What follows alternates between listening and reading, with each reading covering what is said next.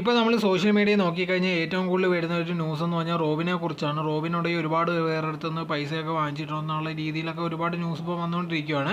അങ്ങനെ ഇരിക്കുമ്പോഴാണ് ഇപ്പോൾ ലേറ്റസ്റ്റ് ആയിട്ടുണ്ട് ഈ ഷിയാസിൻ്റെ അടുത്ത് റോബിനെ കുറിച്ചുള്ള കാര്യങ്ങളുണ്ടെങ്കിൽ ഒരുപാട് മീഡിയക്കാർ ചോദിക്കുന്നുണ്ടായിരുന്നു. ആ സമയത്തുണ്ടെങ്കിൽ ഷിയാസ് പറഞ്ഞൊരു കാര്യം എന്ന് പറഞ്ഞാൽ റോബിനുണ്ടെങ്കിൽ നല്ല ഒരാളാണ്, എനിക്ക് പരിചയമുണ്ട്, അത്ര വലിയ കുഴപ്പക്കാരനാണെന്നൊന്നും എനിക്ക് തോന്നുന്നില്ല. പിന്നെ വേദലക്ഷ്മി ഉണ്ടെങ്കിൽ ആദ്യമേ ഭയങ്കരമായിട്ട് സപ്പോർട്ട് ചെയ്തിട്ടുണ്ടായിരുന്നത് റോബിൻ തന്നെയായിരുന്നു. ആ സമയത്തൊന്നും കുഴപ്പമില്ല. പിന്നുണ്ടെങ്കിൽ ഇതിനെക്കുറിച്ച് തനിക്ക് അധികം കൂടുതലൊന്നും അറിയത്തില്ല. എന്തായിരുന്നാലും ശരി, വേദലക്ഷ്മിയുടെ ഈ കേസുമായിട്ട് മുന്നോട്ടൊക്കെ പോകുന്നുള്ള രീതിയിലൊക്കെയാണ് മനസ്സിലാവുന്നത്.